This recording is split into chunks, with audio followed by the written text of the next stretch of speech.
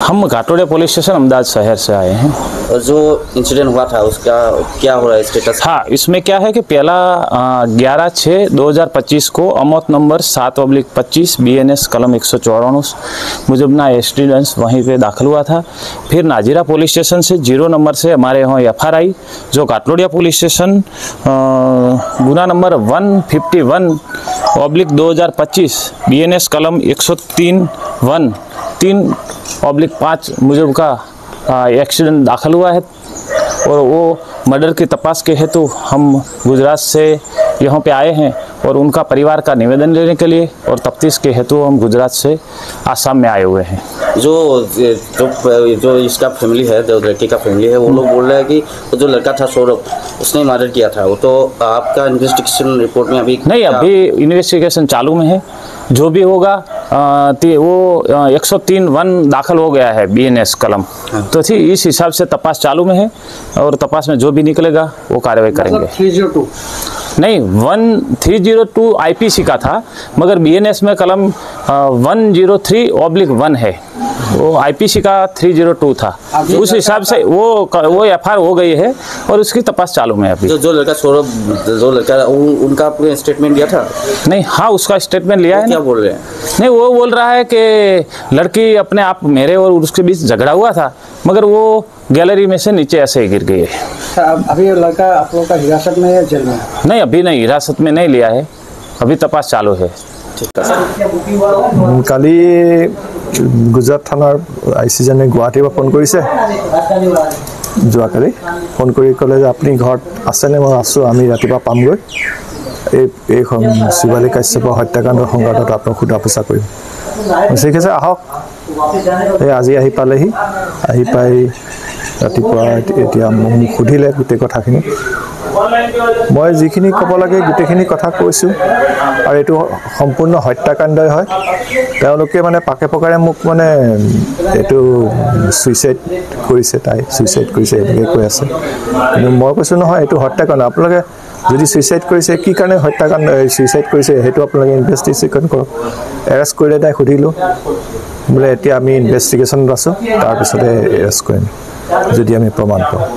কেছটো এতিয়া তেওঁলোকে ৰেজিষ্টাৰ কৰিলোঁ বুলি কৈছে, কেছ নম্বৰো দিছে, আৰু 103 ধাৰাত মানে তেওঁলোকে ৰেজিষ্টাৰ কৰিছে।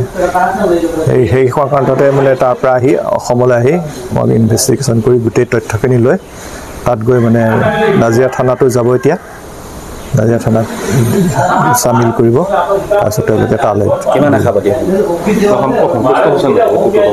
সম্পূৰ্ণ সন্তুষ্ট নহয়, তথাপি কিমান দূৰ আগবাঢ়ে চাই লওঁ, নহ'লে পিছৰ পৰ্যায়ত বেলেগ ব্যৱস্থা লোৱা হ'ব।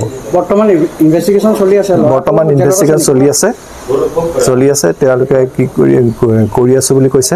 ল'ৰাটো এৰেষ্ট কৰিছে নেকি? ল'ৰাটো এৰেষ্ট নাই কৰা এতিয়ালৈকে, নজৰত ৰাখিছোঁ বুলি কৈছে। যেতিয়া দৰকাৰ হয় তেতিয়াই মানে আহিব বুলি কৈছে। সেইকাৰণে চাই লওঁ কিমান দেৰি কি কৰে, নহ'লে পিছৰ পৰ্যায়ত আমি বেলেগ ব্যৱস্থা লোৱাৰ ব্যৱস্থা কৰিম বুলি ভাবিছোঁ।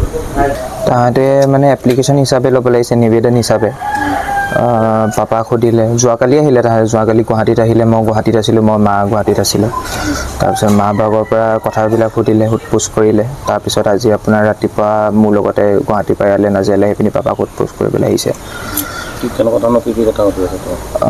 সুধিছে যেনেকৈ মানে কেনেকৈ চিনি পাইছিলে সৌৰভক, বা কেতিয়াবা তাত আছিলে, তেনেকুৱা কি ক'ত কাম কৰিছিলে, কাজিয়া কিবা কিবি। কিন্তু তাহাঁতে মানে এইটোৱে কথা, তাহাঁতৰ মতে যে বস্তুটো তাহাঁতৰ মতেহে দিব লাগে FI খন, মানে এপ্লিকেশ্যনখনতো যে মানে 306 হয়, 302 আমি কৈছোঁ, কিন্তু তাহাঁতে কৈছে 306 হোৱাহেঁতেন একশ্যনটো ভালকৈ ল'ব পাৰিলেহেঁতেন। তোমালোকে FIR দুবাৰ দিছে? আমি FIR এখন দুবাৰ, আমি যেতিয়া প্ৰথমবাৰ তাত আমি যেতিয়া FIR এখন দিলোঁ, তাহাঁতেতো লোৱাই নাছিলে। তাৰপিছত যেতিয়া বডিটো অনাৰ পিছত যেতিয়া পবিত্ৰ মাৰ্ঘেৰিটা আহিলে, তাৰপিছত পবিত্ৰ মাৰ্ঘেৰিটাই এপ্লিকেশ্যনখন দিলে CM ছাৰলৈ।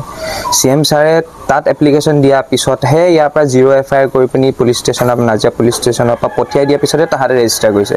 প্ৰথম FIR এখন তাহাঁতে ৰেজিষ্টাৰেই নকৰিলে আমাৰখন। নাই কৰা, এতিয়াও এৰেষ্ট কৰা নাই। ৰিমাণ্ডত 2 দিন থ'লে, প্ৰথম যোনদিনা মানে মই গৈছিলোঁ তাত, সেইটো আপোনাৰ মানে বাহিৰত থৈ দিছে।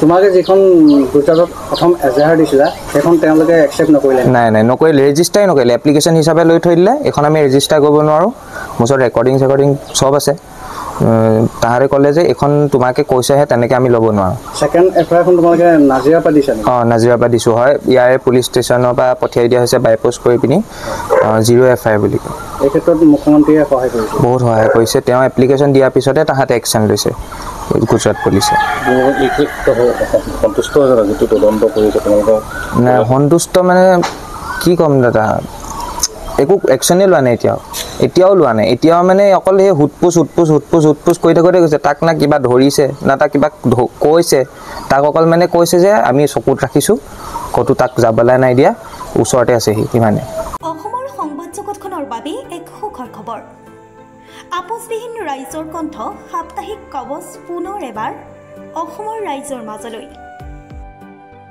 স্বত্বাধিকাৰী প্ৰণীতা কলিতাৰ দ্বাৰা প্ৰকাশিত আৰু আপোচবিহীন একাংশ নপুৰণি অভিজ্ঞতাপুষ্ট সাংবাদিকৰ দ্বাৰা প্ৰচাৰিত তথা eco printing press Guwahati Katabari গড়চুকত মুদ্ৰিত সাপ্তাহিক কবচ এতিয়া অসমৰ বিভিন্ন প্ৰান্তত উপলব্ধ আমাৰ ঠিকনা মুখ্য কাৰ্যালয় অসম ফৰেষ্ট স্কুল হৰি মন্দিৰ পথ গুৱাহাটী আৰু উপ কাৰ্যালয় Kalita market Bijoynagar Kamrup Assam mobile number হৈছে 9435114666 70024728813 আমাৰ ইমেইল আইডি হৈছে kobos2025@gmail.com